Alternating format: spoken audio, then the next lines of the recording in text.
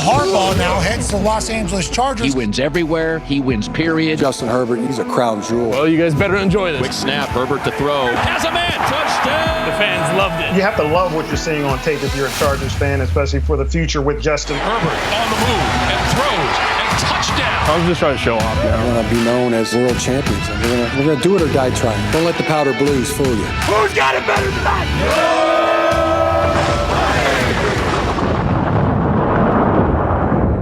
Well, good afternoon, everybody. Welcome back to the Charger Chat. I'm your co-host, Wolldog, sitting with my buddy, Kev Huggin Duggan. What's up, boys? Not too much. Let's not forget Kyle, the coach, Duggan.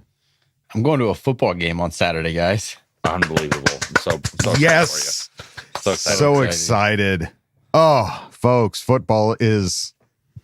It's off in the distance. I see it. Hard to port. All right, folks, lots to talk about. Obviously, there's been plenty going on since last we spoke.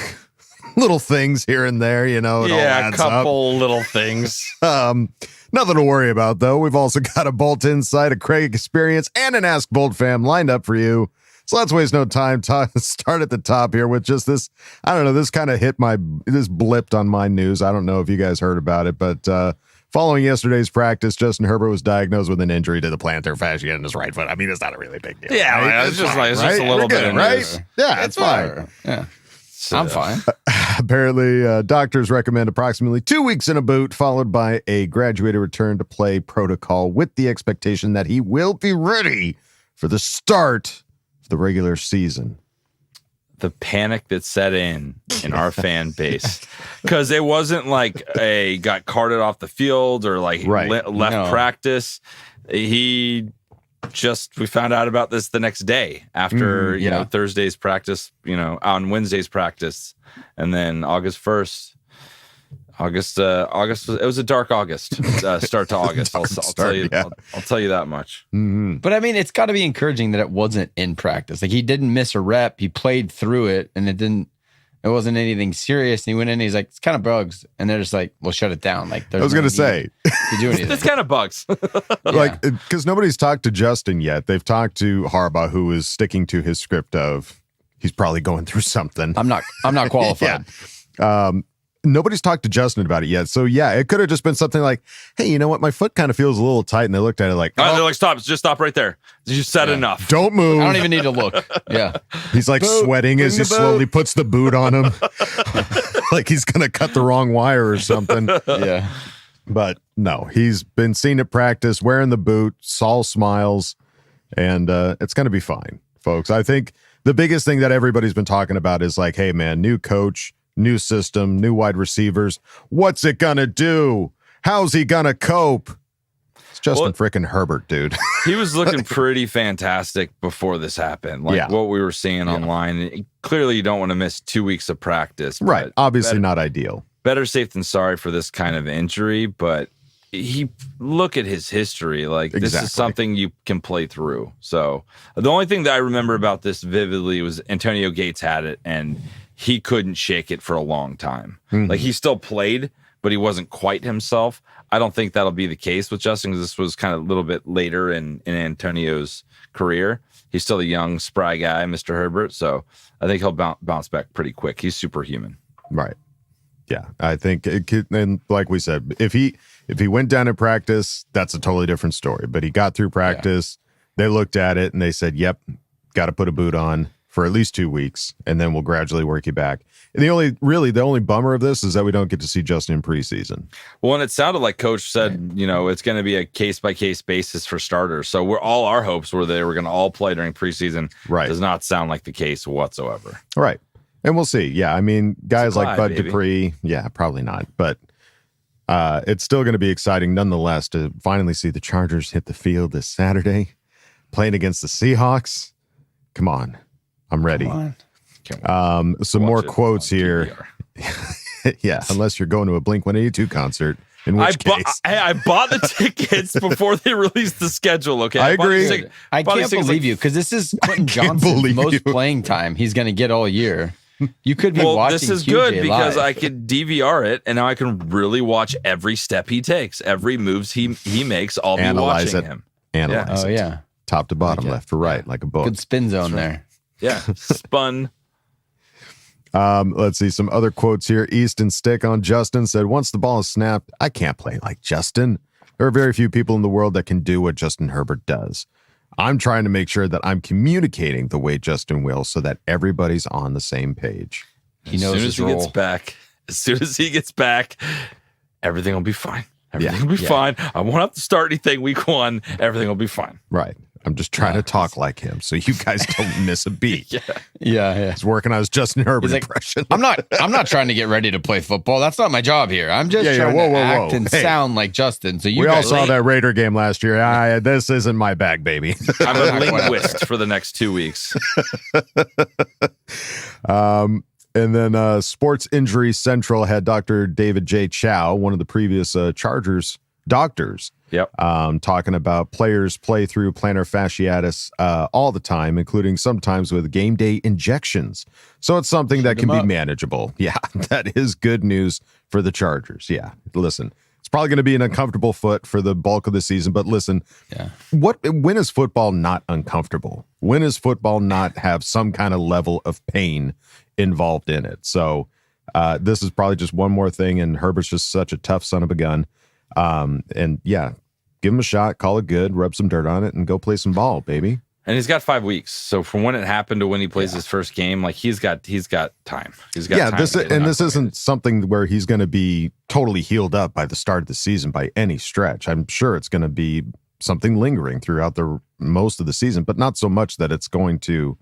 It's not his ribs. Stop him from playing. Yeah, it's not his ribs. Played through not his fingers. Too. Yeah, it's now his foot. But it's going to be fine. It's going to be fine. We're fine. I'm fine. I'm fine. How are you? Fine? I'm fine. I'm fine. Good. Me too. Daniel Pomper, Justin Herbert was working in the weight room along with Ladd McConkey. Herbert had a boot on his right foot. We all saw it.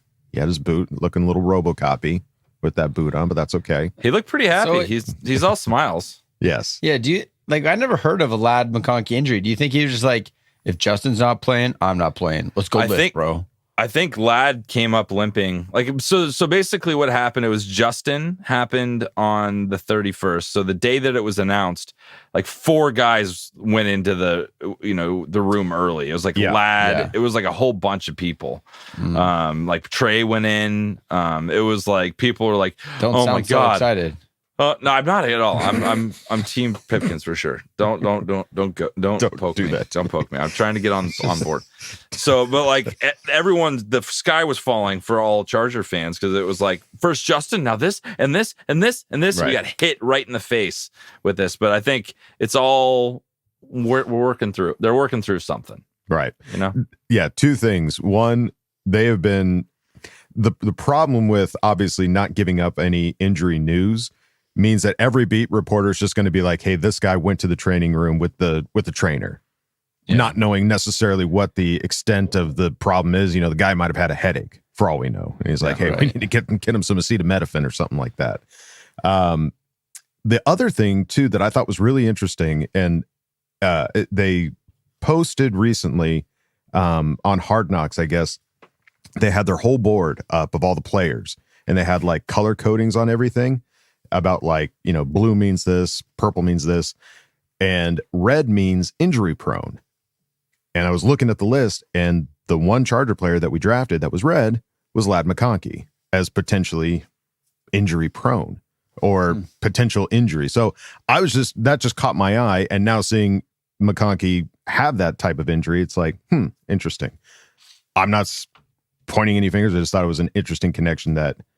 Oh, okay. So I don't even know what the injury is, though. That's the thing. His senior year, he had some lower body stuff going on. I think it was ankle or knee or something like that happened in Georgia. So he's coming off that. So he's not 100%. That's probably why it was red. He's got a smaller frame on him, so you just kind of assume he's more likely to get banged up a little bit. But But we don't know what the injury is that he's dealing with or why he's being held out of practice. The only injury we know about is an appendicitis. That's the only thing anyone's ever told us about. Junior Colson, appendicitis, some plantar fascia, and also with Joey Bosa, some wrist business going on. And the only reason they said that is because he was holding his wrist in a photo So who's to say what it was?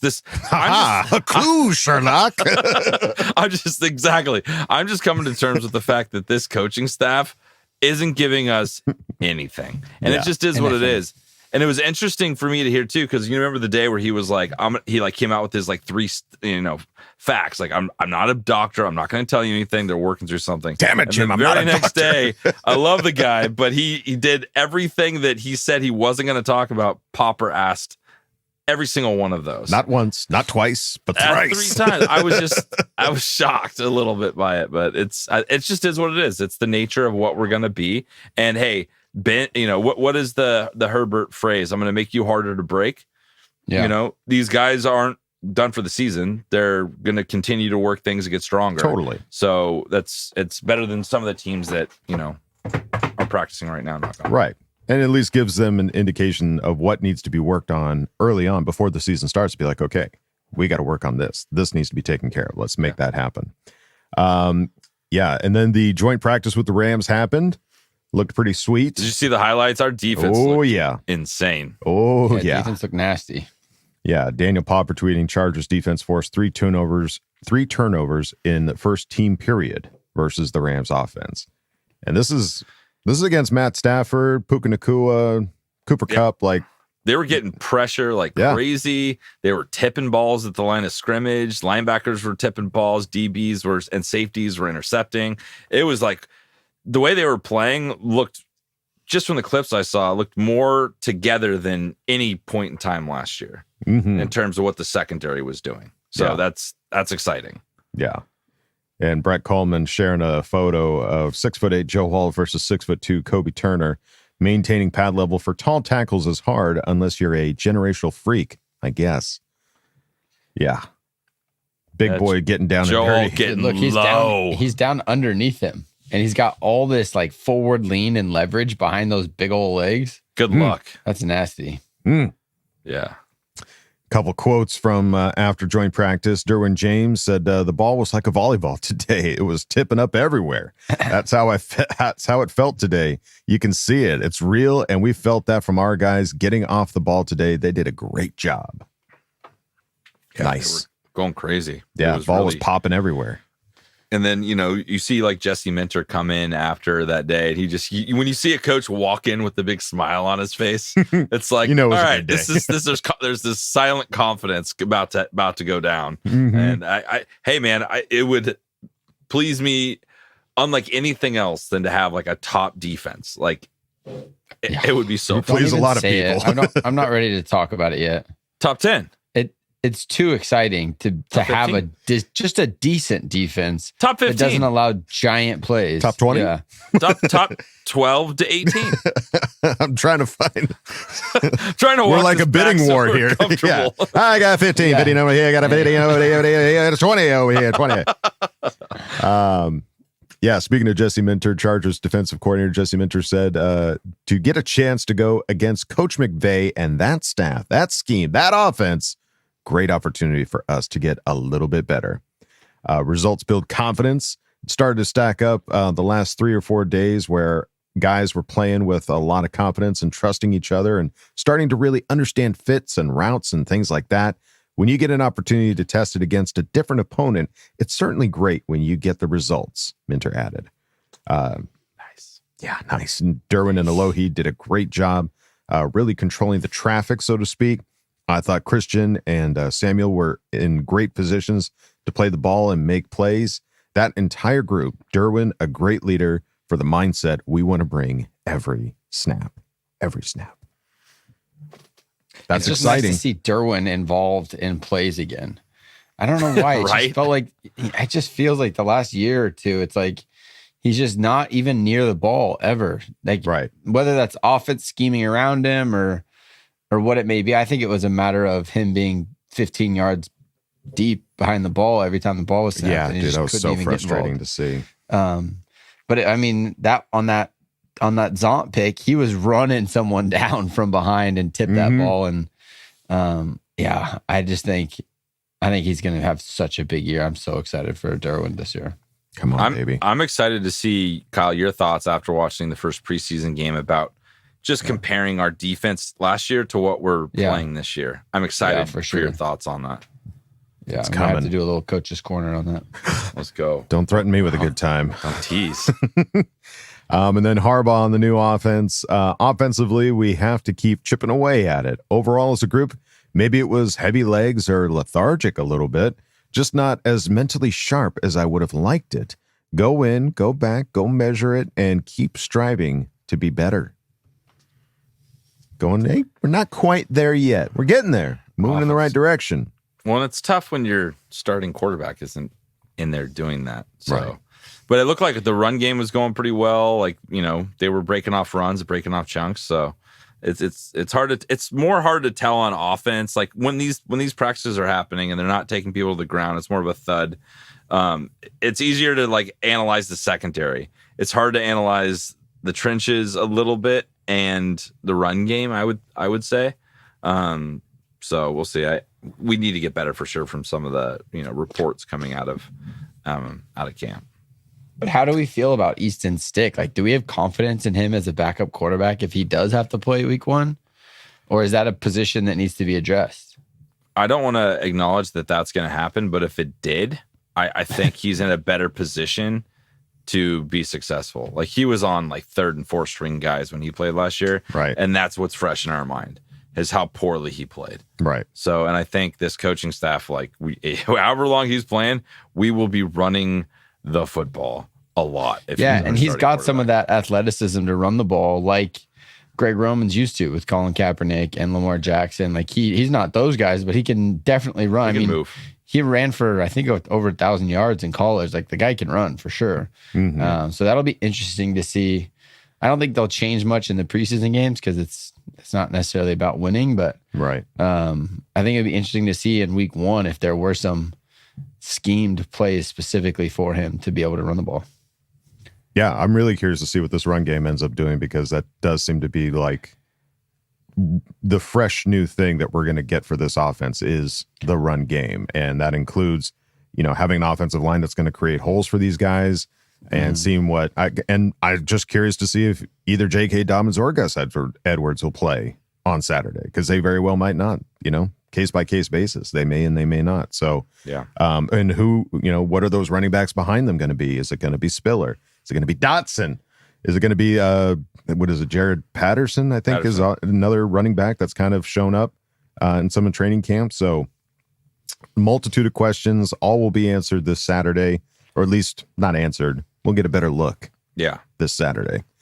And then lastly, Pardon My Take had an interview with Coach Harbaugh when asked if players' toughness, what it was when he played. He said, I'll tell you a quick story. It goes something like this. Zion Johnson, our starting left guard, he had a root canal at 2:00. I think he got done at like 2:30 and was out to practice. Didn't miss a rep. And then we did conditioning at the end. We say, hey, if you're in elite condition, go on sideline A. Go on sideline A. If you are in good condition, go to sideline B. If you're in average condition, go to sideline C. He went to A, led the group, led the offensive lineman. It's like laughs. Who would have done that? Most normal human beings probably would have taken a week off. Most all football players would have at least taken a couple days. Zion Johnson, tough son of a gun. Tough SOB. Yeah. That's how guards, that's the mentality of a guard. We talked about it with the Trey Pipkins move. Like, does he have that dog in him that Zion has? It's also, too, like, we think that Zion's just like a slam dunk. He's the starter. But this is a brand new coaching staff. Like, he knows he's got to get his butt out there and impress people. Absolutely. And it sounds like he already did that just with that effort. Yeah, well, he's had kind of a glow up this offseason as well. The guy came in looking just as big as a mountain. He's insane. So, yeah, thick. So I think that on top of everything else is showing what a tough son of a gun he is, and excited to see him and what he's going to do this Saturday. And we're also excited about you going over to our Patreon, patreon.com/ChargerChat. Check out all the cool stuff we got over there, like not t-shirts. That's a different website. At patreon.com/ChargerChat. There's funny stuff.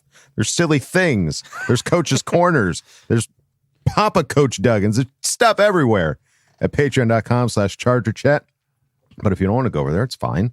If you want t-shirts, hoodies, and stickers, you go to chargerchat.com. Check out all the cool stuff we got over there. You can ask questions and Ask Boltfam and hang out with other people at chargerchat.com.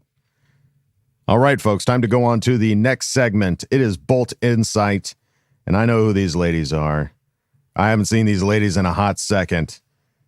Kevin got to sit down with them. I'm mildly jealous, but it's time for Bolt Insight with the Brisket Broads. Okay, we're back.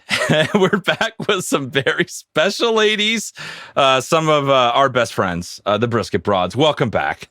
Thank you, Kevin. Thanks, Kevin. It's good to be back. Oh my God, it feels like football can finally come now because you guys are back in our lives full time. That's right. It wasn't allowed to start until we came back. No, you guys have like the starter gun where you fire it and the cars take off. So thank you. Forbid football coming back without us.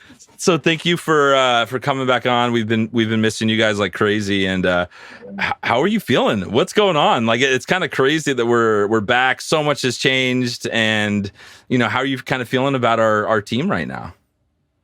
I'm excited. Well, that's what I was saying to Mary earlier. Yeah. Like, it's definitely a different training camp than we went to in the past, where, there was a lot of players that we knew and were excited to see.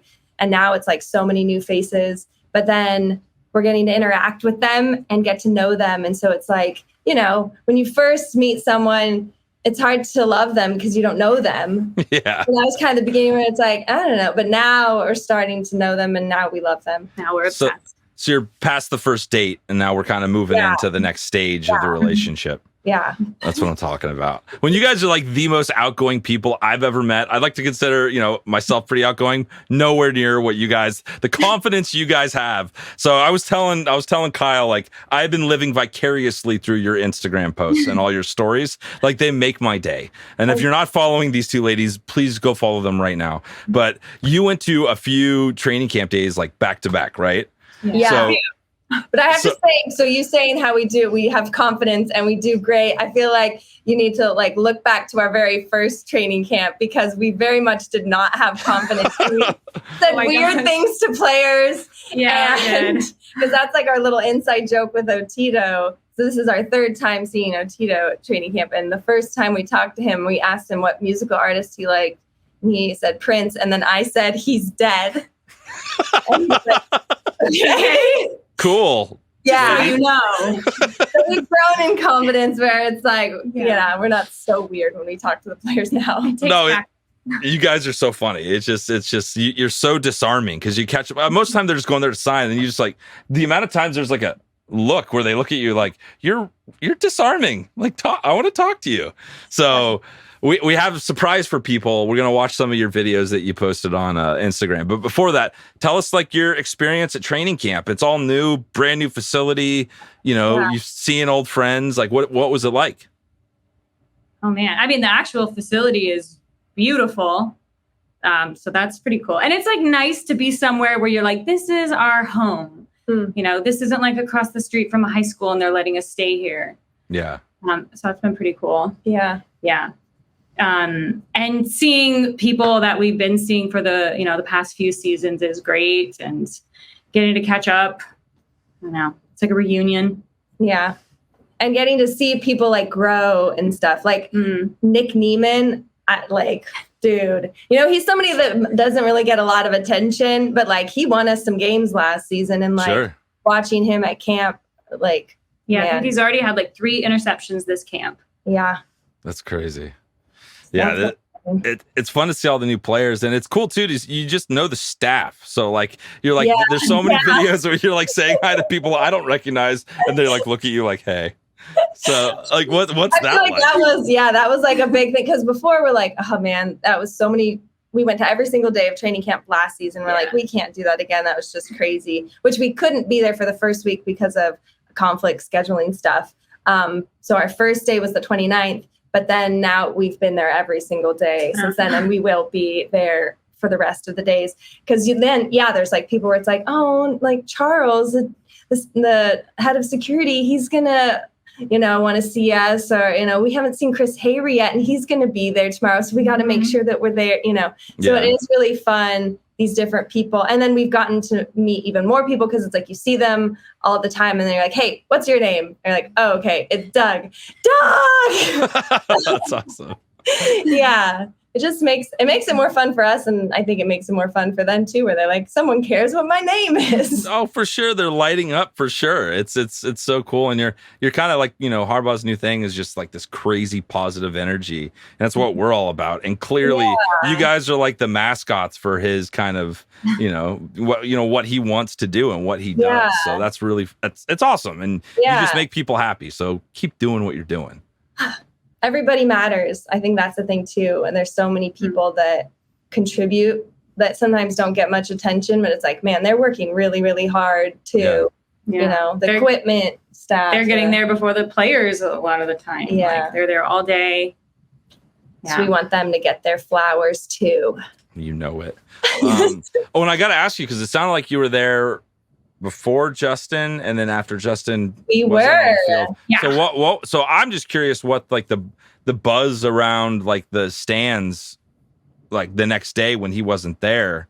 Like what was that? What so like walk There's less that. buzz, I feel like people are a little less, But okay, something we want to say, but then it's like we're not going to take all the credit. But if you saw the clips of like our defense kicking butt against the Rams, we are going to take partial credit for probably like 3 of those. Okay. So that we were on the fence line behind them for that.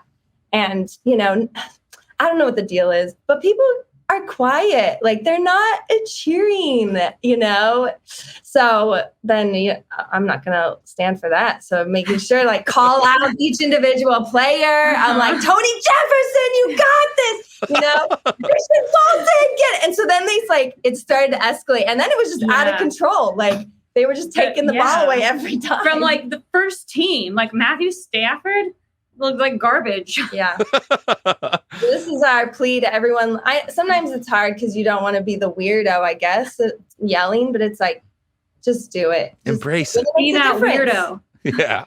We're all that weirdo. Yeah.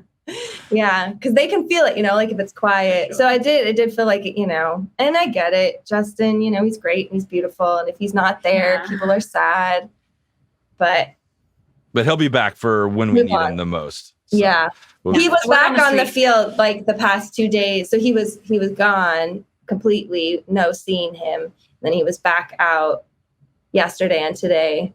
And where you think like, oh, is it gonna be sad, to see this little cripple? But he's just as attractive crippled as he is uncrippled. So he's the best looking dude in a boot. Yeah. He makes crippled look good. That's awesome. All right, cool. So like I said, I probably watched 30 of your videos that you posted on Instagram and liked them all, love them all. We stayed on the bleachers today just so I didn't have any videos that I'd have to upload and edit because I'm tired. You guys did some work. So I have 4 of them here. We're gonna watch them and then you kind of tell us what happened. Okay. So let's try this.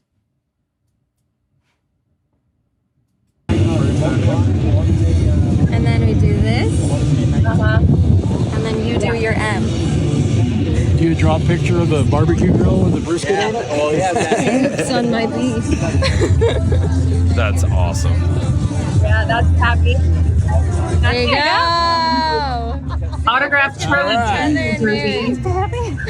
He said that sleeve is reserved for all podcasters. Let's go. Yeah. So you guys, he's waiting for you. Yeah. He's been looking for you, asking about you. Pappy's my guy. He started messaging us. We've been going back and forth, and he's a real fan, dude. He's hardcore. Yes, so, he is. That's awesome. So what was it like? Somebody asked you to sign their jersey? It was kind of mind blowing. I'm like, oh man, because somebody was asking. I thought they were asking Thule to sign a Derwin jersey, and Thule was like, oh, the Derwin jersey, I don't know, and I even thought, I'm like, oh man, don't do it. Don't do it, dude. It's weird. Yeah. And that's how I felt like, what am I? Yeah. Just a weirdo. Like, oh, that's amazing. Okay, cool. Well, Pappy, That's a very valuable jersey now. You got Joyner on there, and you got the Brisket Broads. Yeah. All right, cool. Let's go to the next one. Fight, fight, fight for Del Oro High and win our victory. Black and gold will always be gold.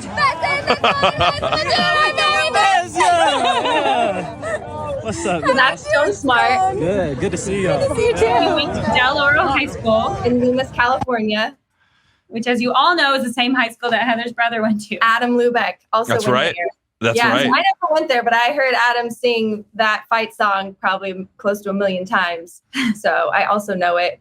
And of course, that's, once a DeLorean hears the call, they must answer it. Oh, yeah. Memorial Parade. That's just so cool that the players they're running away and they're give you. I told you the look. That's that disarming look that you guys make them have. So that's just cool. How's the book signing, by the way? How's all the signatures and it's stuff? getting out of hand. It's the Is rings. I should probably make more than one book because the ring. Whoa. But it's all alphabetized, so that helped. I have a page here. I haven't drawn his picture, but Dean Alexander Spanos, I will draw his picture. And Nice. yeah, I drew Harbaugh, but Harbaugh always signs over on the far right. Got it. VIP, and we've been on the very far left. So I cannot wait for the forces of you and Jim Harbaugh to come I'm together. excited. I feel like there's a lot to talk about, And I'm a little scared. It feels like Oppenheimer where they push the button and they're not sure what's going to happen, if it's going to blow up the world. You guys coming together, I don't know what. I know what kind of weird things are we both going to say? Oh my Yeah. God. He reminds me a lot of my dad. My dad, he's a pastor and also has people call them Stanisms. So weird little sayings. So I feel like when Jim Harbaugh is saying stuff like that, I'm like, oh, it's like my dad. Liver shiver. That's something my dad would say. When you feel like you gotta get going, you get the liver shiver. If they came together, that might be the Oppenheimer explosion. Yeah, seriously. Okay, cool. All right. Well, so we have another one. Here we go. Let's have a peek. Oh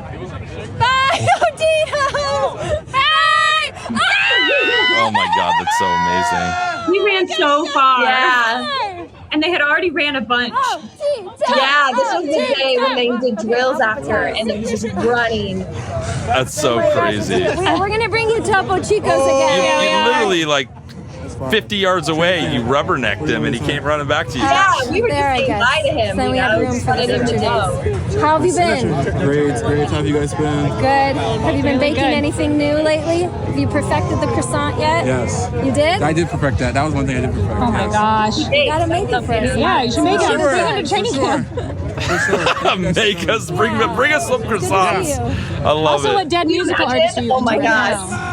It's still. It was Biggie last time. No, we're gonna go Prince. Prince? It's Prince Ooh, again. back to Prince. Because all the three dead music are Biggie, Prince, Michael Jackson. Oh, yeah. Some other people have to die, I guess. I know. It's going to happen, Just fingers crossed. I know it does. You know us. Oh my God, you guys are insane. That's just the funniest thing that you guys have these inside jokes with players. So yeah, good on you guys. That's wild. Really fun. Yeah. Blows my mind. So yeah, tell us just what it's like. So how does the day work? 'Cause a lot of people ask us, when you go there to get signatures, you guys have done it now. What do you recommend for people that want to get signatures and stuff? Yeah, I mean, it's a bit different, this setup, this training camp, because at Jack Hammett, there was just so much more fence line. So, getting there early was good, but you didn't really have to get there that early to still get a decent spot in line and get the fence line. But at this place, there's just probably 20 feet of fence line near the family tent. And then you've got the bleachers, which people do come up, you have to sit during training camp, but then when it's over, you can come up to the bleachers or up to the fence line of the bleachers. But not too many players come and sign there really. And then there's a kids only section, which it's I get it, fine. But also, whatever. Also, a lot of times players just go to the kids only section, and it's these kids don't know anything. You know, you gotta start recruiting. I was thinking about, hey, if you guys want to have some of my kids, you can take them, throw them in there, give them some stuff. I'm sure they'll get a sign for it's true. That is a good technique. Yeah, that's probably the best way to go about it. Yeah.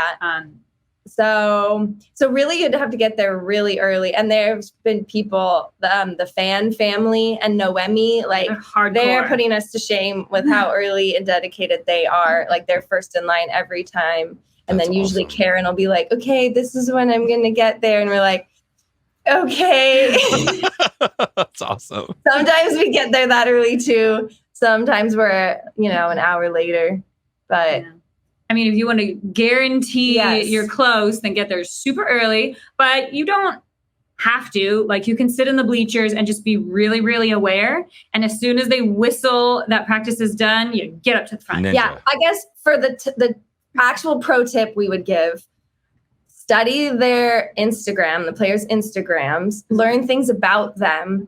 And then for whatever player that you really want to get, shout something out about, something that they're interested in. So like the Otito thing, right? Like he was far away, but then he came over, or like Stone Smart, he was leaving. So even though we were in the front of the fence line, he would have just left, but because we, to the fight song, he came over. So like Donald Parham, he trains dogs, the Cane Corso dogs. So if you scream something about that, that's really the key if you really want to get a player to come over.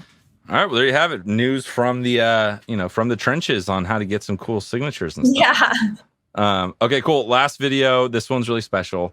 Why don't you set this one up before we watch it? I think it needs a little love, a little setup. Yeah. So our football team is full of elite athletes, champions, not just in human form, but also in canine form. Yeah. Morgan and Kaylin Fox own Winston, the French bulldog, and he won Best in Show. So, Mary, talk about it while I find the page. He won Westminster, which is like the big kahuna, right? The big one. Yeah. So the picture I drew of Morgan Fox way back in the day, of course, I had to pick the picture of him holding his dog. At the time, this was before Winston even was a champion. He was just a normal dog. Pre-champ. Yeah. But I was like, this is so cute. This is the picture I'm choosing. But then after he became a victor, I'm like, well, I have to get his autograph. So I won't show you the autograph yet. I'll show it after. Okay. There's Winston and there's Morgan. All right. Well, then we'll watch the video. Let's cue this up. Here we go. Oh, that's totally. You think oh my God, that's amazing. We also gave him that ball because we didn't Did it work? find his love. Oh my God, you got his little paw print. Oh my God, that's the cutest thing. Can we do one more on the calendar? Just the calendar. So here it is in all its glory. Oh my God, that's insane. Yeah. You guys seriously need to get that book insured. You should I know, get that thing insured, dude. I'm really bad about kind of walking away. You need like a briefcase with like a handcuff on it. You need to be going in there like a Tarantino movie or something. I know. It's true. It's incredible. About it. I made sure to take pictures of every drawing, so I at least have, because I've thought about that before. I was like, oh, I didn't even take pictures of it. Did get stolen, I would be like, have nothing to show for it, but I at least have pictures. Yeah. So we'll be sad. We might help you get a Charger Chat insurance policy on that, because that thing is so special, so important. They might put that in like some like Hall of Fame thing one day. Who knows? If you guys keep rolling the way you are. Yeah, it's been fun because I put the date each time they sign. That's awesome. Scott Matlock, he changed his signature. No way. Yeah, and then he told us about it. It was really fun. Where he's like, how did you decide what to do? And he was like, I don't know. I disconnected. So I guess here. I like the new one better. It's cleaner. Yeah, it is. It's a lot cleaner. Yeah, he's going to. So that's part of the fun, that then you get to see the journey. But we've also noticed other kids having autograph books. King Aiden, he had a little autograph book. So nice. I'm pretty proud of that. Yeah, you're starting to trend. I might have to get myself one of those. You should. I feel like it'd be really fun. Even if you're not good at drawing, I feel like, it would make me laugh. You want stick figures? I'll give you stick figures. It would be a totally different vibe of that book. People would come up and be like, what the hell is this? And not sign Or it. don't do stick figures. Just like really try and have it be bad. And I'll send you, after this is over, I'll send you what it really looks like when I try and draw something. It's terrible. Wait. It's terrible. I can't wait. They would love it. All right. So what do you guys, give us a little heads up of what's going on. You guys going to a whole bunch of games this year. You know, how excited are you? Like, what's the plan? What's the deal? We're not going to as many games. So last year we were like, we're going all in every day of training camp, every game. But we knew the year after that, we'd have to like tone it down, you know. On year, off year. On year, off year. Right. Yeah, money wise, it's just not sure. Mental health wise, it's not either. Yeah. Because you know, doing the full day of the game and then editing the videos. I mean, we love doing it, but it was it's work. But there's 3 away games that we're thinking for sure. The Carolina one, we're going to be at that one. So can't wait. Kansas City. Oh, that one too. Sweet. And then we want to go to the Raiders. You know, let's get last Vegas. game, I feel like, and we've been at 4 of the Raiders away games, right? Is that right? 3. So you haven't done Carolina yet, though, right?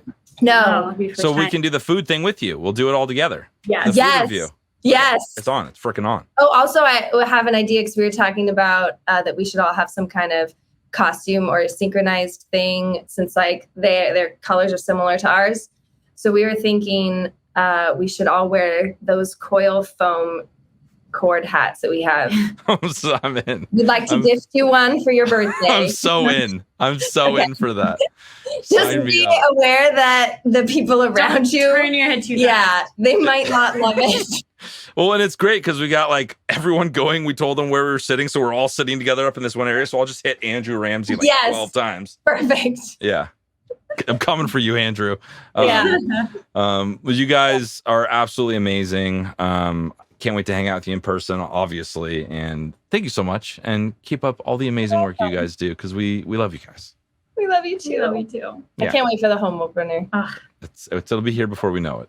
I know. Yeah. Preseason game this Saturday. Kyle will be there.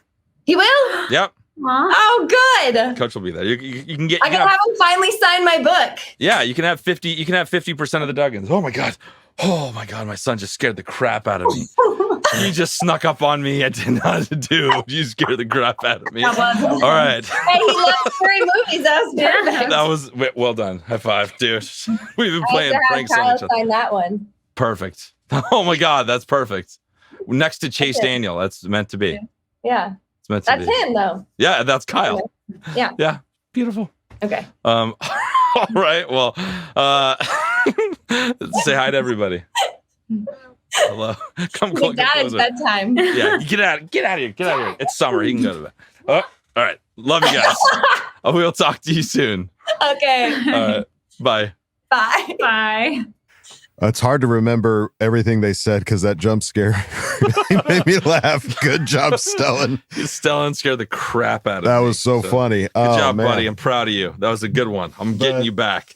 Ladies, the amount of pre-thought that goes into everything they do. I know. The like an idea ink that pad for a dog paw. Who They thinks came of that? ready for that. And balls for the dog and like remembering like the high school chant of Stone Smart School. Like, you are such a unique breed of person that it is incomparable to any other fan out there that takes the time to learn the names of staff and every little intricate part of like other players. I can't even imagine the amount of free space. There's too much room in my head to imagine putting all of that information in there. You guys are so special. Yeah. I got so fired up just talking to them, like hanging out with them for 20 minutes.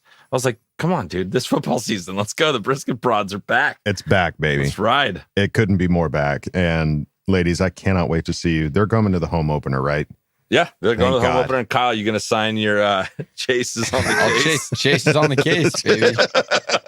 I'll put my own little paw print on there. There you go. And for those of you who don't know, there was an episode a while ago where Kyle was. I'll put it in the notes of what episode it was, so you can go watch it. But Kyle, why don't you just explain it briefly? Yeah, let him tell the story. Yeah, it's brief.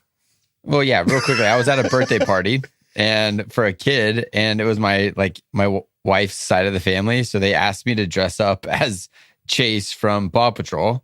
And I was like, ahead of time, I was like, yeah, no worries. No big deal. I'll do it. It's fun. I love kids. I'll make them happy. And I get to the party and Chase Daniels is there with his kids. And I'm like, okay, kind of wanting to take back the offer to get in this costume right now. But I was like, you know what? It's whatever. He won't even see me. It's fine. We'll never know. Never be the wiser. So I get in the costume. Funny. I start taking pictures with people. And then Chase and his son come over for a picture. And so I got a picture with Chase Daniels, but I'm dressed up as Chase from Paw Patrol. So no. You'll never know it was you. No. You'll never know how much. It's so funny. That's some of the coolest stories.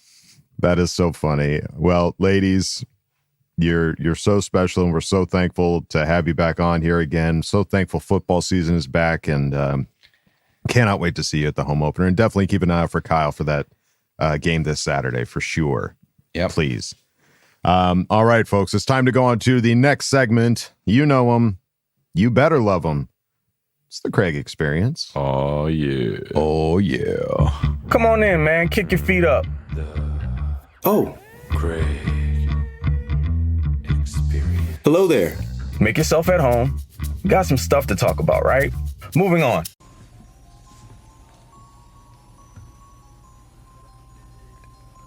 That's right, baby. We are this much closer to real football. Now, if you want to count the Hall of Fame game last week, cool. It was a bit of a snooze fest for me, other than them introducing the new kickoff, which kind of seems like a mess. I don't know what they're going to do about it. It'll maybe grow on us as the weeks go by. But this weekend, you get like the Diet Mountain Dew of real football in Chargers preseason against the Seattle Seahawks. Now, let's be real about this. There are names that are towards the back of the roster, dudes who are jockeying for position on the 53-man, that are of note to many of us. We all have kind of our own personal favorite guys, so it's going to be cool to see who stands up and stands out. But other than that, I'll be at training camp on Wednesday, so if you folks see me out there, come holler at your boy. But let's talk a little bit about this joint practice with the Los Angeles Rams, among some other things, but you already know. It's your boy, Craig, in Texas, and I'm back with another edition of the TCE. Let's get to business. Okay, so it's not all hugs, Hallmark cards, and treasure trolls right now, because Justin Patrick Herbert is working through something, as Jim Harbaugh would say, I guess, dealing with a foot injury to his plantar fascia. Now, folks, I gotta be honest. I'm starting to wonder if it's me.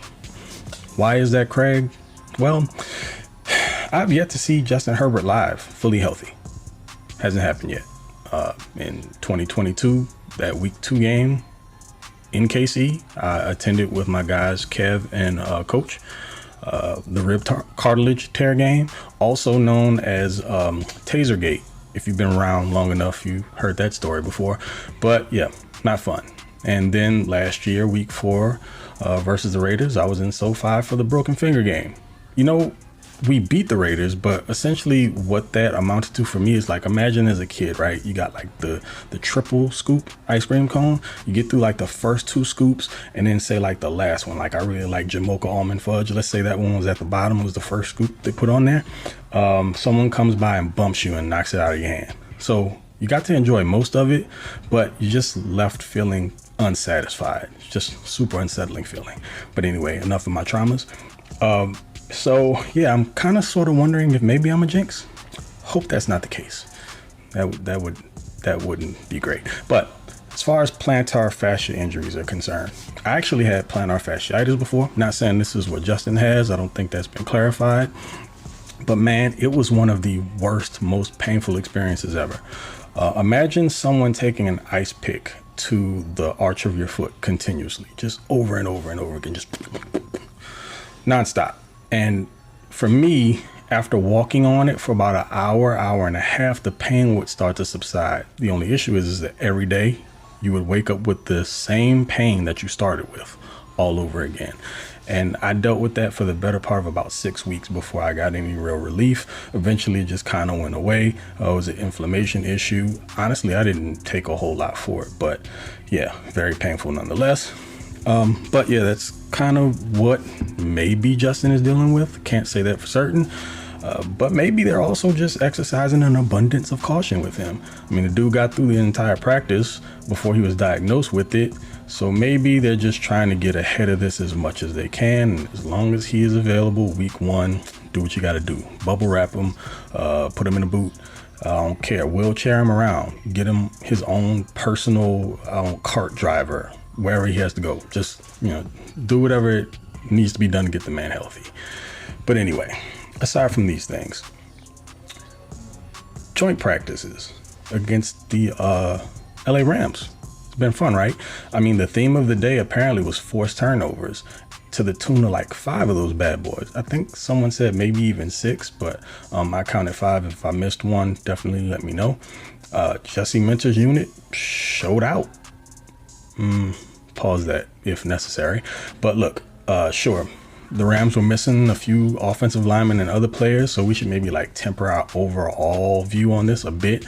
But their triplets were out there, like Matt Stafford, Cooper Kupp, Puka Nacua, so still no small feat. As far as those turnovers are concerned, pretty sure Nick Neiman collected a pick off of a Tony Jefferson tip ball. Alohi Gilman, the Hawaiian honey badger, gets one of his patented strips, which was recovered by Deion Henley, so good to see.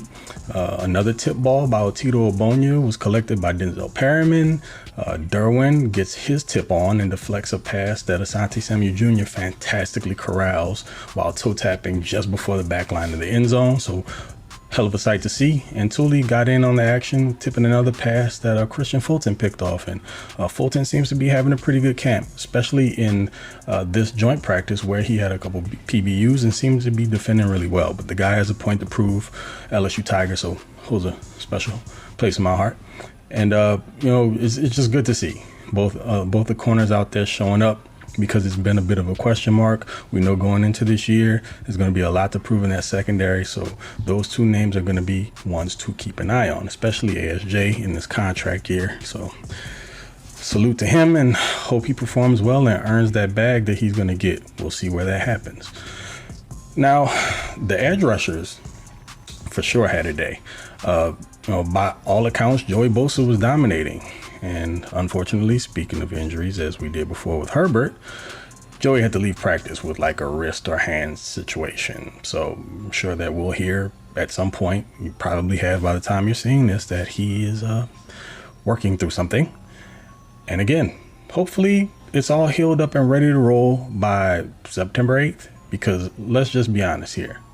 Give him whatever time he needs to heal, because I got to see all hands on deck against the Raiders. I mean, they need a reminder of what playing this squad with its full complement of performers looks like.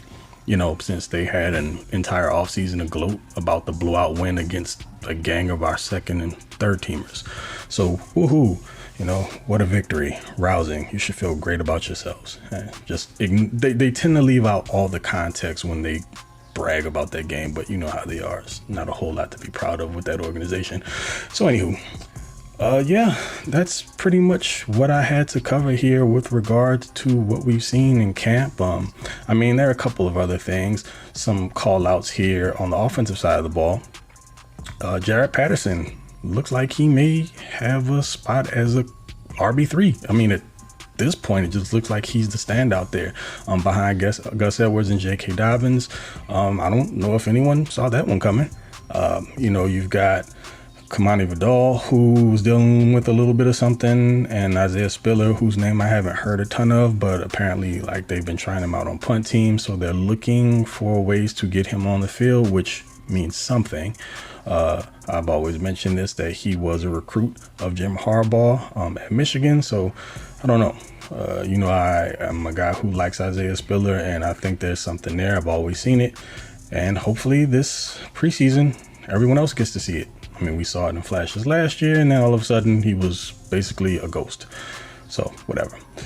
Again, let's not let's not go back to the past and dwell on these other traumas that were caused on us as Chargers fans, and specifically myself, speaking to Isaiah Spiller as a player that I have an affinity for.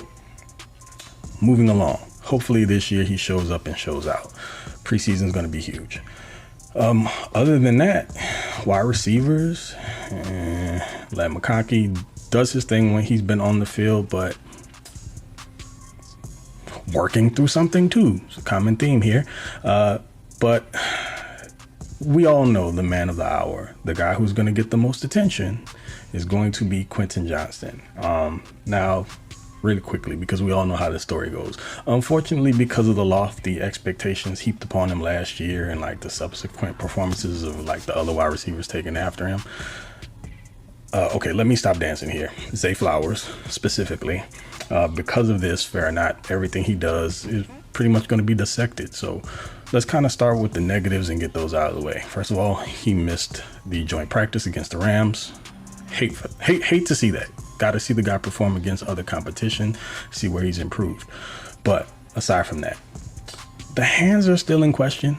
But at this point, like the standout problem is more of his ball tracking. He really struggles judging the ball over his shoulders. Like he has a tendency to lose the ball altogether, and he often short arms them. That's really terrifying because until he improves that, his vertical usage will be pretty limited unless we're talking about like back shoulder throws, and he isn't historically good at 50-50 balls, so that's not really going to be his forte unless, he shows some growth there. But aside from that, for the good, I really like what I've seen from him as a route runner, specifically like at the top of his routes. He's been snapping out of his stem really, really good and into his breaks. It's been really good to see, actually. The dude's really, really improved, and he has put in the work this offseason. You can tell there's a huge difference there. And there's been, actually, dare I say, reps where he gets separation. That was not a thing last season. It was few and far in between. And I'm really seeing more confidence overall in his route tree. He seems far less timid as a route runner, and he's taking less false steps, so the timing's been much better. I mean, we just got to get the catching situated, and the dude's going to be fine. I mean, still need to see what he looks like getting off the line of scrimmage against press.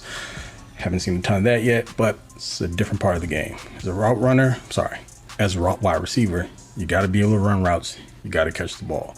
He looks like he's got one half of the equation down, or has improved tremendously, should I say, because we still need to see it in live action. And then the hands thing, let's see where that goes. And DJ Chark, dude's got a point to prove, and I like what I've seen thus far throughout camp. Winning vertically, so he still has that elite deep speed, and he's a better than you think contested catch guy. As far as the rest of the crew, guys are doing their thing. Some names here and there. Brendan Rice trying to stand out. I told you, I think Brendan Rice is going to make this team. I stand by that. Not going to guarantee it, but I will say that I'm pretty confident it's going to work out for him. He puts in the work. He's got the pedigree. It's going to happen. Well, look at me. I said I was almost done, and I started a whole nother rant. So I'm going to stop here. And again, folks, I'll be at camp on Wednesday, so feel free to stop by. I'll be hanging out with my guys, my co-hosts from the Lightning Round podcast, Jamie and Garrett. So come say what's up to us all, and should be a good time. Hope to see y'all out there. Until the next time, y'all know who it is, Mr. Bolt Gang, or Do Not Bang, aka TOP_FLYT3 over on Twitter. And as I mentioned before, you can always catch me on the Lightning Round podcast. I'm a co-host over there as well. So till the next time, you guys stay safe. Catch you later. Okay. Love you. Bye. Well, I don't care what version of Mountain Dew you've got. I'm ready for some freaking football. Diet Mountain Dew or otherwise. Come on. It all. Yeah, did you guys see the Hall of Fame game at all?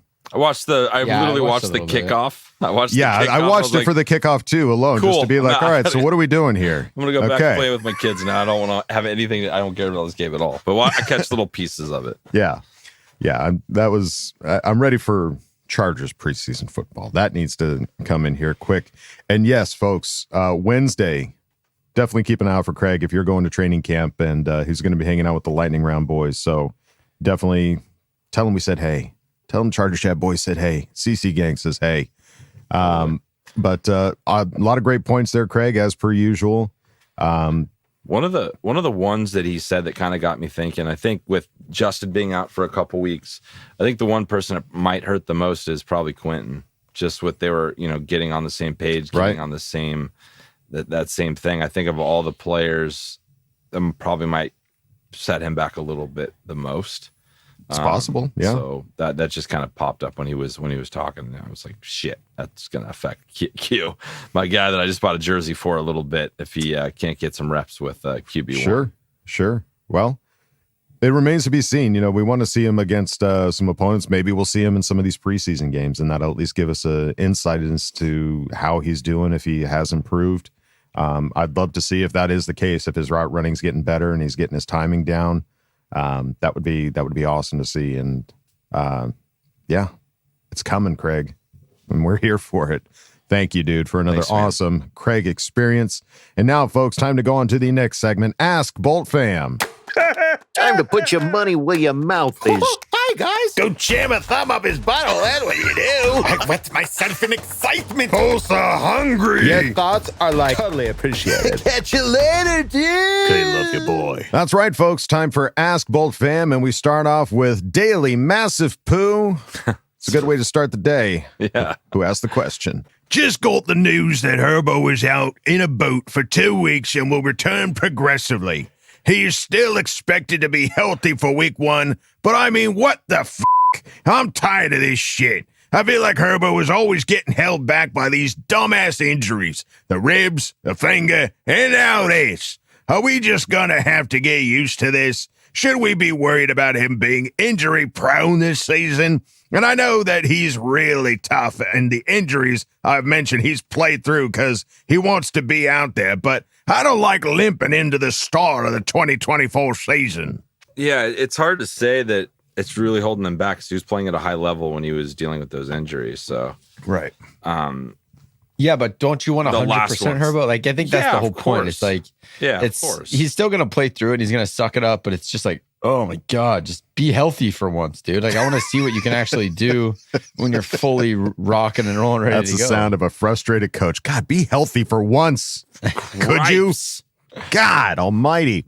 Yeah. I think a lot of it has to do with the struggling offensive line that we've had in previous years as well. Having a much stronger, much bolstered tip of the spear, as they've been saying, I think is going to do him wonders. So I think that Joe Wall pick is looking better and better every day. Considering that they're there to protect the guy, for God's sakes. Yeah. Get more beefy men to help him. This is just a weird fluke one where it kind of like, it wasn't a contact thing. It wasn't anything. It's just kind of like sore foot at the end of practice and shit. Like, I get the sentiment of like, totally. I get what you're saying 100%.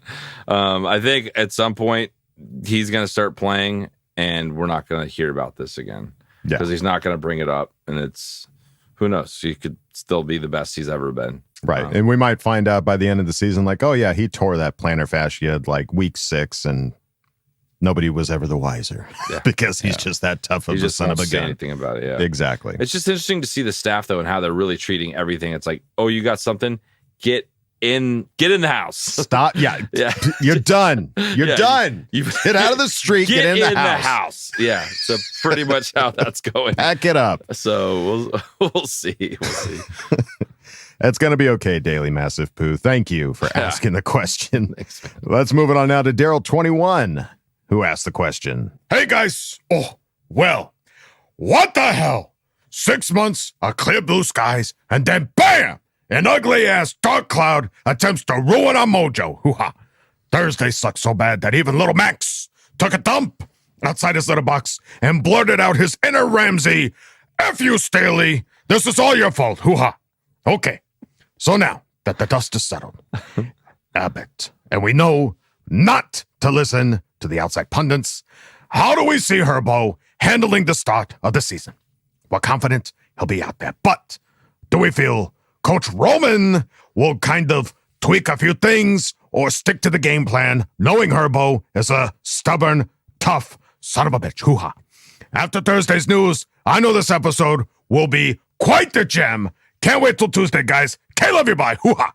All right. Well, I'm sorry Max took a shit outside the box. Yeah, dude, he's pissed too. He's pissed. Hey, we all cope in different ways. He's being a shitty kitty. It's what happens.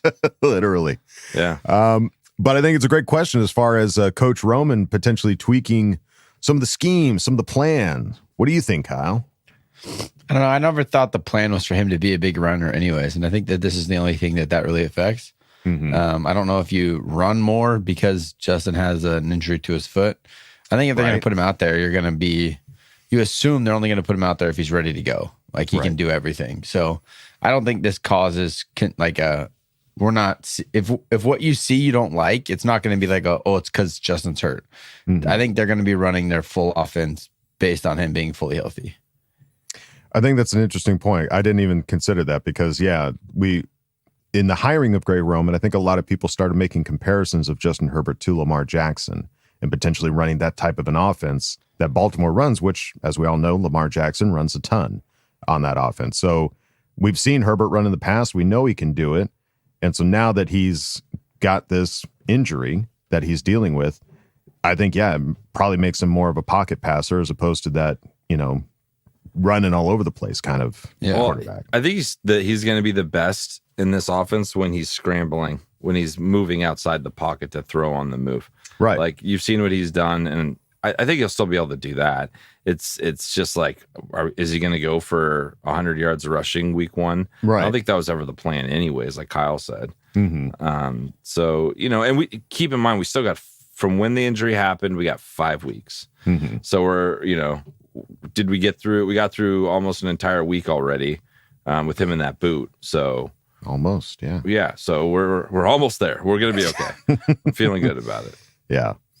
We'll see what happens there, Daryl, but thank you for asking the question. Let's move it on now to Tony Francis. Who asked the question.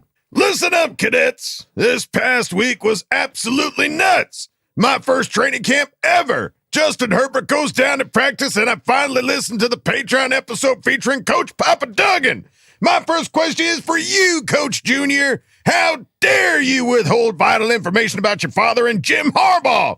They had several interactions back in the day, and you felt the need to withhold that from us? Explain yourself, Lieutenant.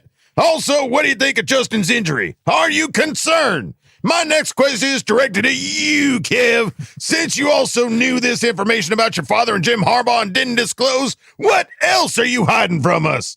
Thank God I became a Patreon member so I could discover this nugget.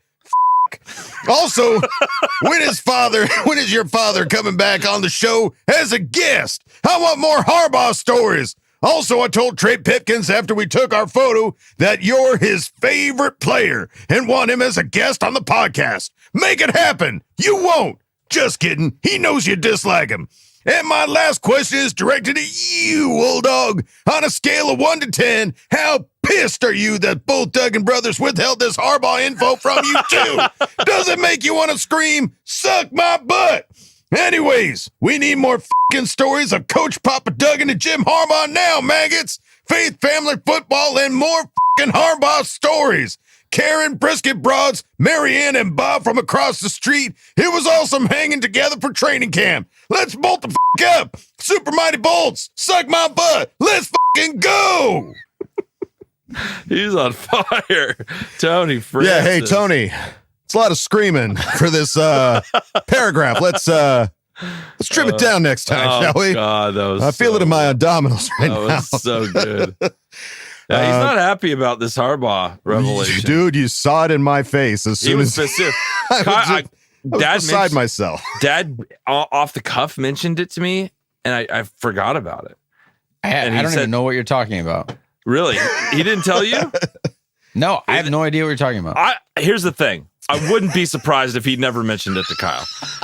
But then he might, because he roughly mentioned it in passing to me like a long time ago. So on the Patreon post that we had your dad on, that you were away at camp, he mentioned that he went to like a football coach. camp. It was a coach's camp, clinic. Clinic when he was at coaching at San Diego. Don't say.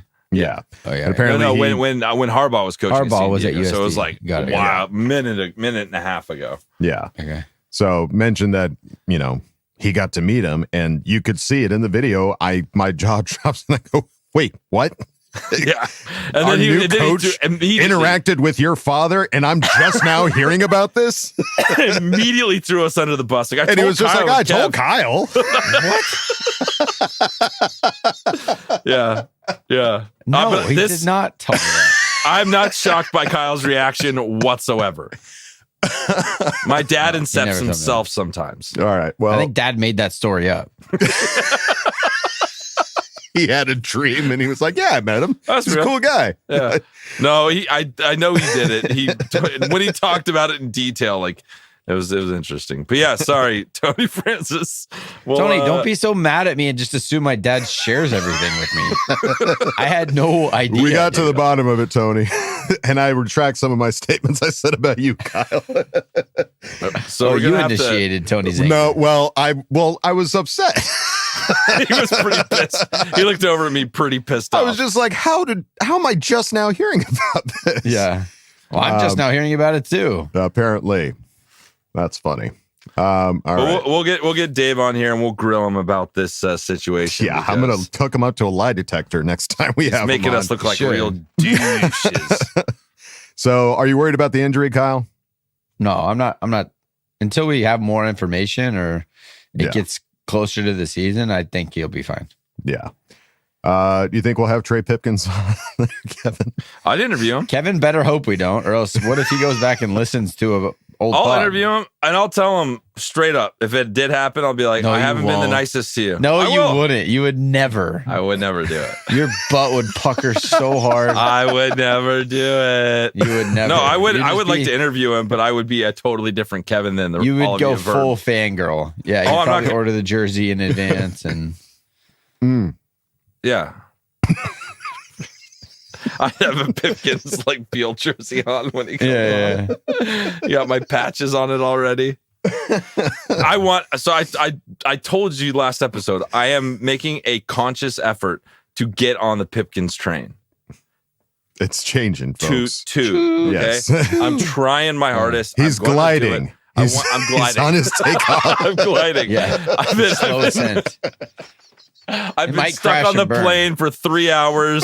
And He's been grounded for the most been part. you sitting haven't on even left the tarmac for the last tarmac. 3 Yeah. seasons, and I'm slowly gonna take off. That was good. Yeah, Hope you have a smooth flight, Kev. thank you. I'm looking forward to it. And on a scale of 1 to 10, I think I was at like a solid 6, but now that this new information of Kyle not even knowing about no it idea. has come to light, that's down to a solid 1 at this point. Now my anger's more because now I don't know what to believe anymore. Yeah, Up is that'd down, be- black is white. Yeah. My dad was holding all of this to himself. He didn't even tell us. If you want to be angry, Tony, be angry at my Absolutely dad. see your dad doing that too. If you want his phone number, just message us. We'll give it to you. You can text So him. funny.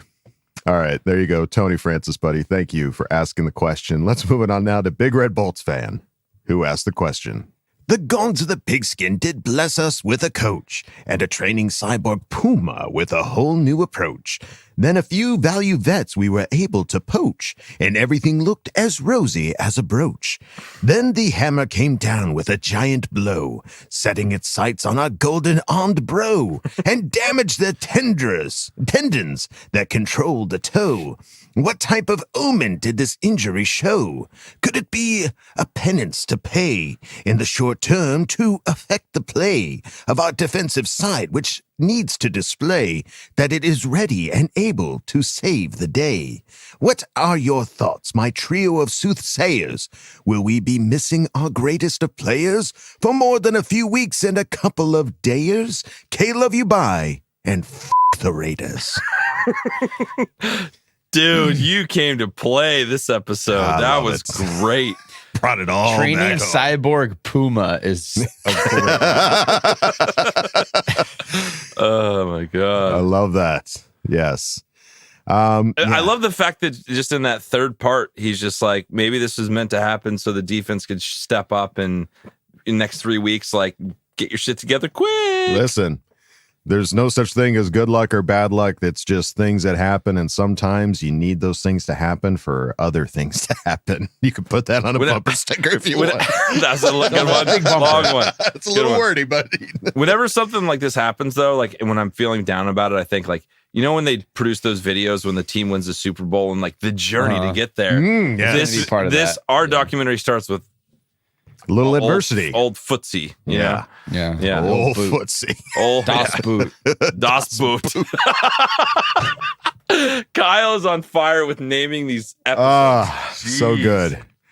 Yeah, that's and hopefully everybody else, they're just like Kevin said, like get in the house. You're done. Just hopefully get that's all the inside. situation is. And come week 1, we are ready to come out there and kick some ass. You can only trip over yourself so many times before I make you go inside. Okay? You look like you're a threat to yourself. Go inside, sit on the couch, calm down. Threat to yourself. Just go sit down. You're not gliding. Get in the house. Yeah, this isn't gliding. You're crashing right now. Get in the house. You're bombardiering right now. Stop it. Get out of here. Big Red Bolts fan. Thank you, buddy, for asking the question. Let's move it on now to Zach Shelton, who asked the question. Just from what you've heard or seen in clips, what are your thoughts so far on the new receiver group? I'm looking forward to seeing how they do once the season starts. Heard a lot of good things about McConkey. People are excited for Josh Palmer to hopefully become wide receiver 1 and what he's made of. Harbaugh is showing praise towards QJ and excited for what he could bring. Finally, you also have Chark, who is bringing some experience to the group. Can I tell you who I think is going to have the best preseason for the Chargers? Brendan Rice. Yeah. Like Brendan Rice is going to be playing in these games, and he is going to be doing some awesome stuff. He is very impressive, and he's been impressing at camp. So I think of the guys that we're going to be watching for the next few weeks, that's the guy the most. Other than that, everyone you mentioned, everyone's looking awesome. You know, when Justin's So do you out think there. Brendan Rice makes the team over QJ? No, I think we'll carry 5. He'll be the 5th. Brendan Rice is 5. Well, you have Darius Davis in there too. I'm not counting him. He's special teams. You just don't count. Okay. No, he's essential. He's a little guy. He's still a person. He's essential. He's still a person, Kevin. He has a name. So then we're carrying 6 wide receivers then, if you want to call it that. Yeah, 6. That's the way I'm seeing it now. If we carried 5, who would you take, Brendan Rice or QJ? You're taking QJ, but it's hard with how well Brendan's playing right now. He looks really good. He's catching everything. Good answer. Good answer. B+.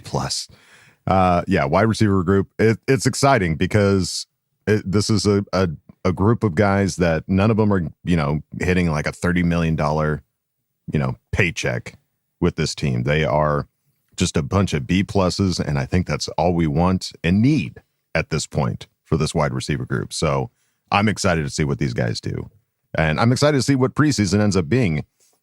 Are they going to focus on the run? Are they going to focus on the pass? What's the ratio going to be this Saturday for the run and pass? So we'll find out there, Zach. But thank you, buddy, for asking the question. Let's move on now to Marco DeLeo, who asked the question. Hey, guys. Okay, right to business.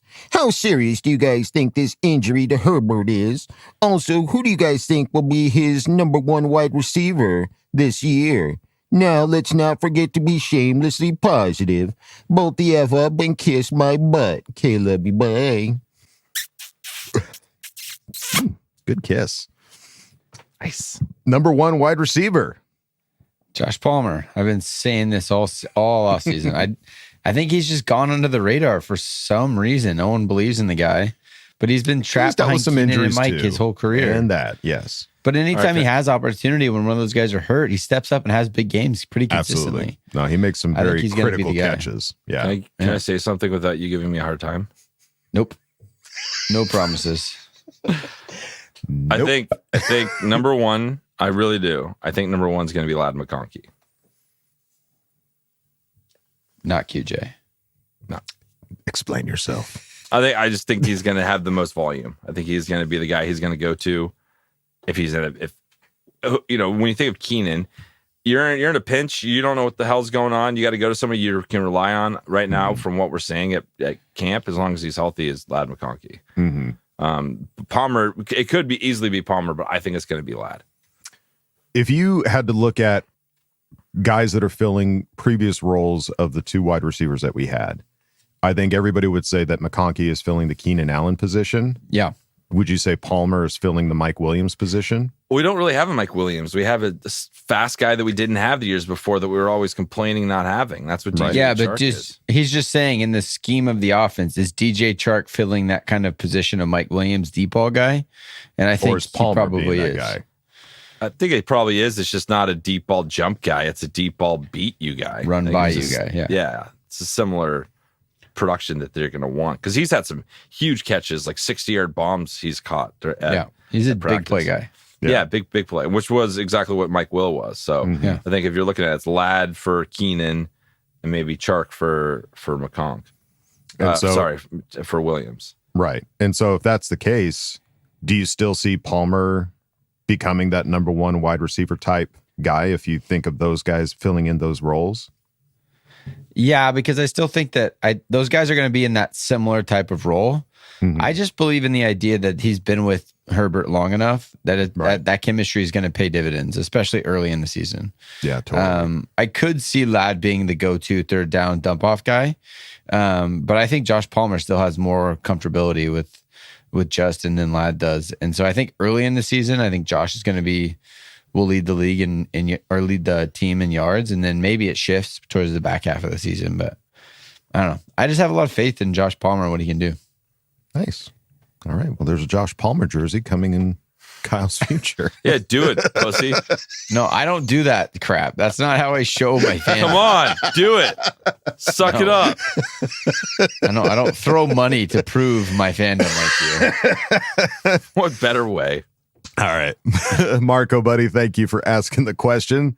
Let's move it on now to Cody Luna, who asked the question. Hey, guys, just want to know, do you think people are overreacting to Herbert's injury and not have a cool head? Also, do you think it's possible that Brendan Rice and Ladd will be in our top 4 receivers? So I had this thought. I just want to give you a thought. So everything we've had up to this point with our team has been a positive. There's really nothing to be negative about except for Quentin, right? Like people, that's the only, if you're looking online, people are like, the only thing you're hearing negative is the drops Quentin. are still there. Yeah. So like, I think Charger fans are not used to like just being happy and just like, like just don't know what to do with their hands, So like finally Bobby-ish. So now it's like this thing has happened to Justin. It's like, finally, I can get pissed about something. Let's get pissed about this. I'm going to give you everything. I think that's something to direct my anger. You've been waiting to dump more of what you're expecting to be as a Charger fan out, and I think I don't think it'll be like as dire as everyone's saying. And he's going to be. I saw somebody message us like he's going to be out the first 2-3 weeks easy. Like, no. Just it's okay. Relax. I know everyone's still like dealing with the PTSD of the last 15 years, but let's just take a breath. Everything will be okay. It will be.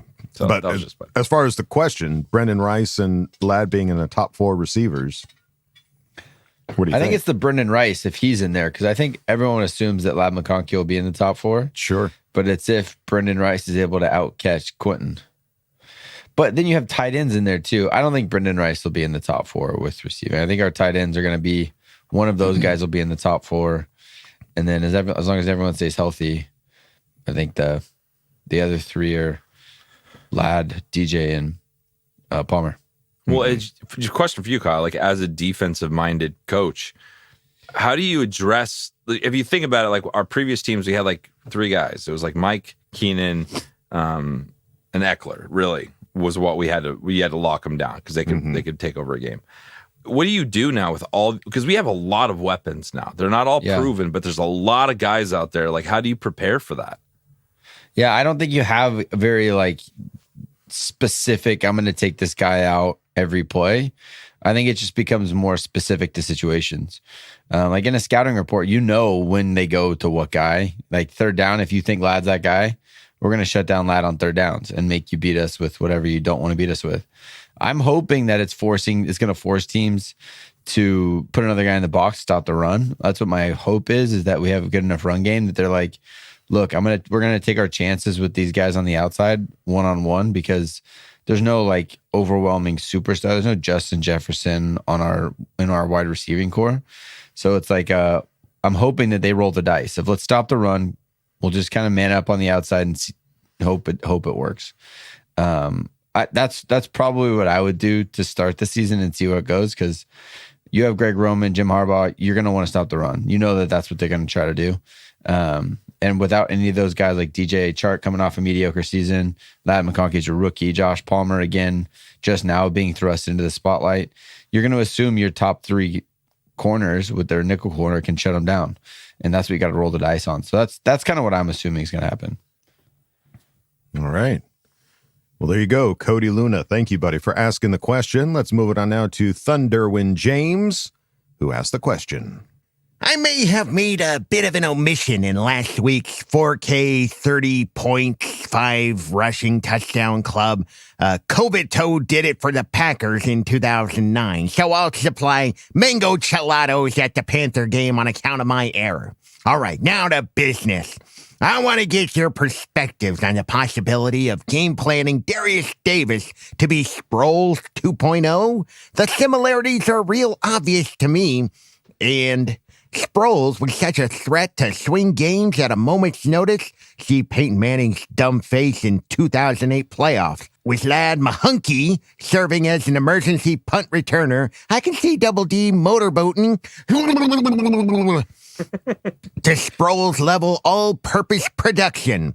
Can't wait to watch opposing defenders get bamboozled trying to find that little two-lane torpedo setting up screen passes behind the Rock of Gibraltar. It seems like a no-brainer to me. Anywho, let's hear those takes, FTR and Super Mighty Bolts. I love that that's a thing now. It makes me Super Mighty Bolts. That's awesome. All right. Darius Davis as Sproles 2.0. Could they do it? Can it happen?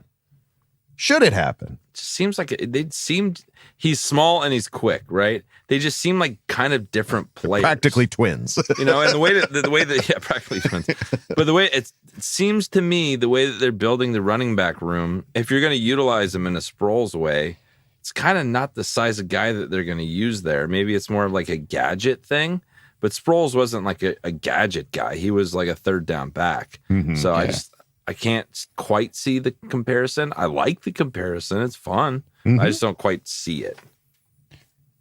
Yeah, I agree. I don't think it'll work into that as far as in the running game, Darius Davis. I think he did it last year a little bit out of necessity because we had guys hurt and just couldn't play. So we had him taking some fly sweeps and he had him one awesome run last year, but I don't think his body would hang for a season with significant carries out of the backfield. Sproles, although was small, he was thick. He had some tree trunks for legs, and he was just certain guys just know how to get hit, and he would get hit. He would always be like glancing off someone when he got hit. He was never like stuck real hard. He's so cool. I just don't know if Darius Davis has that in him to stay healthy that long. So yeah, I agree. I think the big backs we got is kind of the identity of what we're trying to do. Well, and if you look at it, what they just did in practice last couple of days, they have McFadden lining up as linebacker. That's wild. We didn't even talk about that. Catching passes out of the backfield. I think, if anything, that's more what you could possibly see, a little bit more than maybe this version. They're just bigger instead of smaller. Yeah, exactly. Gotta think bigger, guys. Stop thinking so small. Think big. All right. There you go, Thunderwind James. Thank you for asking the question. Let's move on now to Jers Fanatic, who asked the question. Can you guys each give your ceiling and floor for each receiver's yards and touchdowns? You got real quiet with the touchdowns. I like that one. That was good. Minute. All right. Ceiling and floor, yards and touchdowns. Do you want to shuffle these up or do you want to do them all? So just do the top 3 receivers. Just do Ladd, Palmer, Chark. All right. Okay. So Ladd. For Ladd, I think he's going to be ceiling would be like 1,000 yards and 5 touchdowns. And I think floor would be like 700 yards and 2 touchdowns. I think that's like the minimum of what he'll get. Okay. I like the floor, but I think possibly more touchdowns, a little less yards. I think 900 yards, kind of the ceiling for him for his first year. But I think he could have more touchdowns. I think he could probably do like eight or 9 touchdowns. Why? Why do you think? Is it red zone threat? The little guy? I think so. I think within this little guy. 20. I think so. That's just what I think. He's sneaky. I think I agree with you on the floor though. The 700, probably like 700 to 900 feels like if he's playing, that's where he'll be. Mm-hmm. All right. How about Palmer, the vet of the group, or vet for the Chargers, I guess. Yeah. I'll go first again, I guess. I'll go first if you want. No, it's okay. I'll go ceiling like 1350. I have a lot of confidence in him. I know it's a lot of yards. That is. I don't know why. I really don't know why. I just think that he's not talked about enough. And so try to get his name out there. I think 1350 and ceiling of, I don't think he's going to score a lot of touchdowns. I think 1306, and then a floor of like 904. I'm going to go a little lower than that. I go closer to what the ceiling was for Ladd, just with less touchdowns. So I think it'll be 9. I just don't think we're going to have there's a good chance we won't have a 1,000-yard receiver on this team because we're going to be throwing it to so many guys. So I think 900 feels like the ceiling, and then maybe like 4 touchdowns. The ceiling, though, like that's the best he could possibly do. Just how I feel like how they're going to distribute it. He's just asking our genuine thing. Ceiling, I hope he does better, but I think his ceiling's like right around there. I don't think we're going to have we'll be staring, added 1,000-yard receiver on this team. I think we have a whole bunch of like 500 to 900 guys. Yeah, I think so too. I just think one guy goes down, that ceiling gets a lot higher. Sure. Yeah, that's the thing. I mean, we certainly are not willing or hoping for anybody to go down, knock on wood, but should that happen, then obviously everything starts to shift. So I think the ceiling kind of takes some of that into account. But hey, in a year where every wide receiver stays healthy and plays every game, I and again, throwing the tight ends in there, I think that's a group that gets forgotten about for the receiving category. Like, there's going to be some yardage and some touchdowns stolen from the wide receivers because of that tight end group. Sure. So, all right. And then Chark, what are we thinking for him? This is the wild card. He could be like a guy that has a wild like, card. He's like 3 catches for like 140 yards, Yeah. Like he could be like nothing that guy next week. Exactly. Like I think he might, maybe like 800 ceiling. It's a hard one. I don't know about touchdowns because he's going to be dependent on like big plays. So maybe 6. Like I think maybe 6 is kind of the ceiling for that. 806 for him. And I don't even know where the floor is because it just seems like he's either going to be amazing. Yeah, I don't know what not a single. That's a sad floor. I don't want a sad floor. 2. Yeah, 2 yards. Yeah, so what's the floor? I think that's kind of close. I would say a floor is like 502, 500 yards, 2 touchdowns. I think it's possible, but I think he will be in that 700 range with 4 or 5 touchdowns. I think he'll make some highlight reels this year. I think he's going to be on some awesome big situation plays. You're going to remember him this year for like a couple like, whoa, bro. Like he'll be that whoa, bro guy for sure. The whoa, bro award. Yeah. Say that 5 times fast. Whoa, bro award. I'm done. That's one. I'm done. I quit. Get in the house. I'm out. Yeah. Sorry, Dad. All right. Jers Fanatic, thank you, buddy, for asking the question. Let's move on now to Traumatic, who asked the question. What's up? Kyle, Kevin, Wolf Dog, you sexy, sexy beast. It's been a while. All right, let's get straight to it. How many rushing yards do you think JK and Gus will get? And Kyle and Kevin, this is a deep question. When did you know you wanted to propose? All right, a little football and a little deep. Little love. Little love. From Traumatic. I like it. Let's start with the hard question, rushing yards for JK and Gus? What are we thinking? I'll go. This is a good prediction show. This isn't really our thing usually. No, not a big. It's not. I think everybody's setting their fantasy football, and they're like, "What do you guys think? What's the ceiling and floor? How many yards do you think they're going to get?" I'm going to go JK first. I think ceiling 1350. 1350 rushing. Nice. That's good. Big boy season with probably 8 touchdowns. Okay.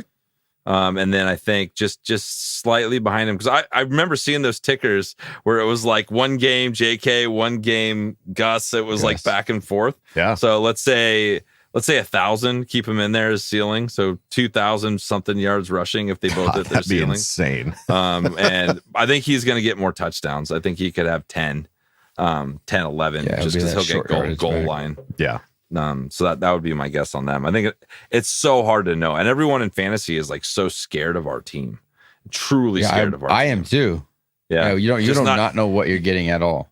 But the thing is, everyone's so scared of him. You might be able to pick JK up late and be like, "Yeah, you're welcome." Yeah, thanks. Well, he's injury prone on a brand new team with a brand new system, but you still have Justin Herbert. So are they going to run him a lot? It's like people are really have no idea. Yeah. Same offensive coordinator, though. Got that going for him. As a couple years ago, he did, Yeah. All right. And then when did you know you wanted to propose? It's a good question. Do you want to go first, Kyle? Yeah, I can go first. Well, I was only 20 years old, I was 20. My wife was 19 when we got engaged. So we were really, really young. It was not like the norm. But I had so many people in my life that I really trusted and like respected and had been a part of our relationship. And they kept asking like, so when are you guys going to get engaged? And so with these people in my life that were older than me and they were married and they watched the way that we interacted, I was like, what? Wait, get married? Wait, what? So that's like, it like made me actually think about it. And then, I sought counsel with a lot of people in my life and they all were on board. Like I asked everyone for Hillary's hand in marriage. I asked her mom, her dad, her grandpa. I was like, somebody say no, but no one said no. Somebody give me one good reason. They were all like, yeah, I see it. And I was like, all right, here we go. Let's buckle up, 20-year-old. Game on. Yeah. So you could blame everybody else if something bad happened. You're like, look, I asked everybody. They said it was going to work. No one saw anything. Yeah. So I was like, maybe it's time, I guess. But then obviously I felt a lot of conviction about it. And I knew I wanted to marry her. I think when you know, I think that's true. So yeah. Awesome. Totally. How about you, Kev? How many people did you ask? I did. It was different for me because like I was friends with Josie for a couple years before we started dating. So like she became like one of my best friends. Mm-hmm. So it was weird when it went from best friend to like dating. I was like, oh, she's perfect. Like it was like the easiest thing. And I was like, okay, I knew because we ended up living together before we got married. And I knew I was telling my dad, I was like, hey dad, this is going to happen. He's like, are you sure? I don't know, man. I'm like, Dad, I'm going to ask her to marry me. Let me check with Jim Harbaugh real quick. See what he thinks. We're like living apart. And I was like, if we don't live together, I need to make sure this stays. Like I need her to live near me because we would be long distance while I was at school. And I was like, I'm telling you right now, I'm going to marry her. Like as long as she says yes, I'm going to marry her. So it was pretty immediate once we started dating that I knew it. But it's all different. You never know. You get that feeling. You get that little thing in the back of your head. You're like, yeah, this is absolutely right. You got to do this. Yeah. Nice. Yeah. And going on. We got a little mushy here on Charger Chat. Little mush. I like it. We got almost 30 years of combined marriage now. Yeah. No little something. What are you at? We got married. I got married 14. I'm at 13. Yeah, 14. You're a year ahead of us. 1 year ahead. Yeah, that's right. Suck it. Extra year. All right. You're 6 years older than me. Dude, You're right. Still one. And 8 kids between them. I cannot wait for Thanksgiving to get my crazy bunch with your crazy bunch. It's going to be awesome. It's going to be insane. It'll be some Patreon content for sure. Oh, yeah.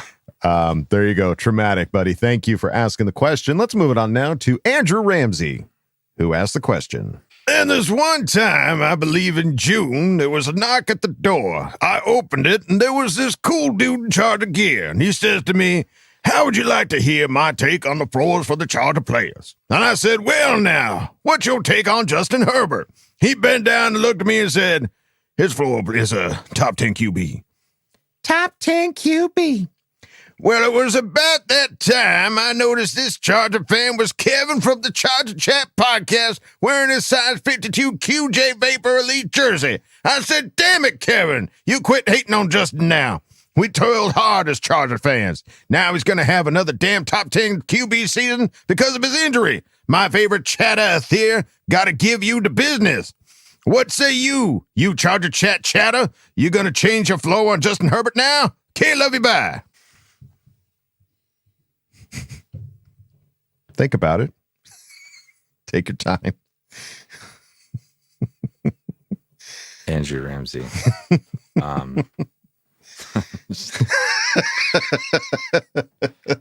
I know I'm like 15 years older than you, but you're just like, oh, you're like another little brother that's just constantly being like, do it. Say it. God. Is floor the worst he could possibly be is the 10th quarterback in the league. It's the worst he can possibly be. So suck my butt. Super Mighty Bolt. Super Mighty Bolt. All right. Answer. It's not changing, Andrew. Question, answer.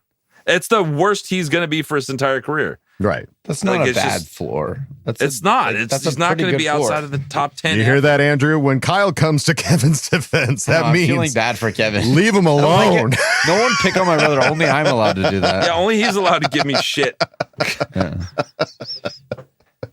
All right. There you go, Andrew. Thank you for asking the question. Thanks, Andrew. Let's move on now to Val Mon. Super fresh. All right. Who asked the question? Hey, Charger Chat boys. I've been listening to Charger podcasts for 14 years, but I've never written or called in. I love your podcast, though. Super funny, light, varied, and I had to write. Question. What's with the Quentin Johnston last name erasure? I listen to y'all and 3 other podcasts, and 60 to 70% of the time, we call him Quentin Johnson. I'm okay with it, but it's kind of wild. I'm a recruiter, and if I called someone the wrong name repeatedly, I don't think they'd be none too happy with me. Just my observation. As I said before, I've never written in, so it feels like I'm a less than fan, but I've been a fan since 2004, when the Chargers drafted my college QB, old Bolo Tie himself, Phillip Rivers, and I followed him to the NFL. I consume as much news as I can, listen to podcasts, and watch YouTube incessantly about our Bolts. But for a while, I'd draft Rivers in any fantasy football I was in until I wanted to start to win, unfortunately. I'd love to chat with y'all and be on Fan Focus if possible. Thanks, sincerely, Valmon. So when it comes to Johnston, I think not everybody puts as hard as an emphasis on the T. Johnston. Yeah. I think that's the only thing. I think people just, Johnston. Yeah. I think it's just soft T. Why don't we overemphasize for the rest of his career for the Chargers? No. Whenever you say his name, Johnston. Listen, I tried to do that with Donald Parham, and I still hear you guys from time to time call him Parham. I know, it's hard. Parham. Oh, sorry. Parham. I was saying it in my head, and it actually came out of my mouth. It was the way you said it, and then just sat there quietly. Just stared at it. Parham.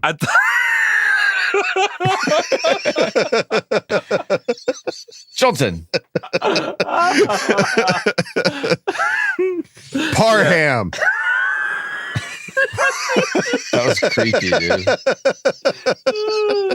That was like poltergeisty staring at the TV.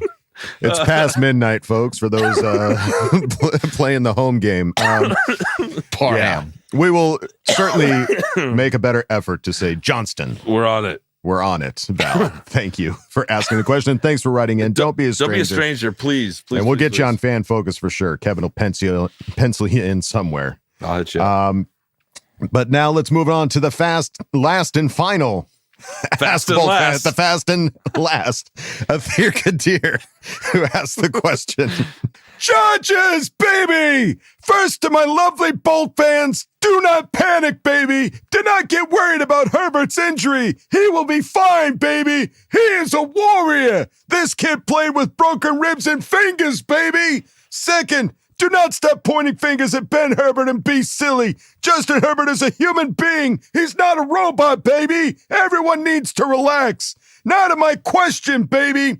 Which unit needs to shine in week 1 versus the Raiders to have confidence for the rest of the year? Offensive line or secondary? I'm taking the defensive backs, baby. We start with always my lovely coach Kyle, followed by my silly and good friend Kevin. Last, my baby, my dear love, my heart, and my life. Bulldog, baby. Bold prediction. Coach Harbaugh will tell Andy Reid, what is your problem, baby? I'm here to stay. After the Chargers kick their ass in week 4, let's go, baby. God, he loves you, Adam. I love him. All right. I can't wait to see him. All right. Who needs to shine in week 1? Is it the offensive line or the secondary? Starting with you, coach.